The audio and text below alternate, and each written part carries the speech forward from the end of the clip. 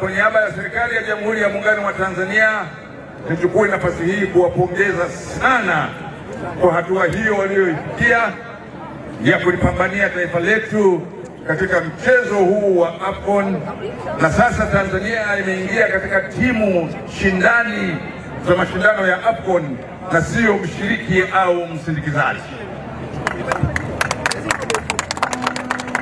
Nifikishe kwao na Watanzania wote salamu nyingi za Mheshimiwa Rais wa Jamhuri ya Muungano wa Tanzania Dr. Samia Suluhu Hassan,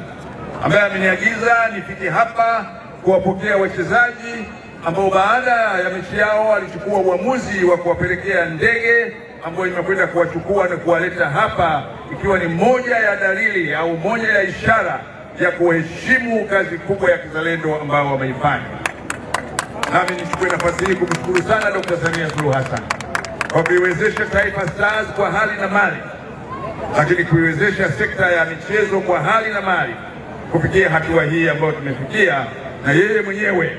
tarehe 10 atakutana na wachezaji wote wa Taifa Stars na wachezaji wa michezo mingine ambao wameshinda katika mashindano mbalimbali, yawe ya riadha, yawe ya cricket, kwa chakula cha mchana pale Ikulu, ili kuweza kuwapongeza wote kwa kazi nzuri ambayo wameifanya.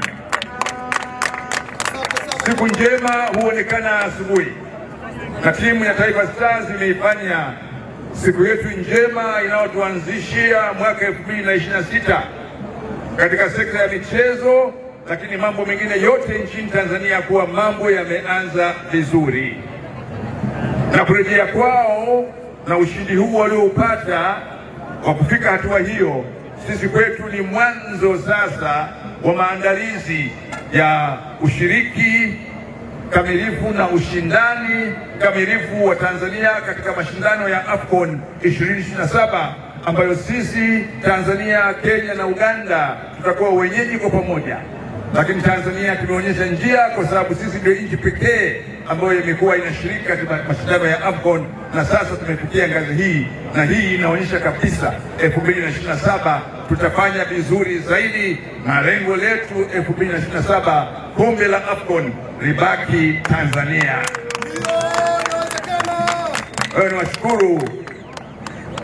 wananchi wote wa Dar es Salaam ambao mmejitokeza kuja kuwapokea wenzetu, kuwapa hamasa, lakini kuonyesha tunathamini shughuli kubwa walioifanya Morocco.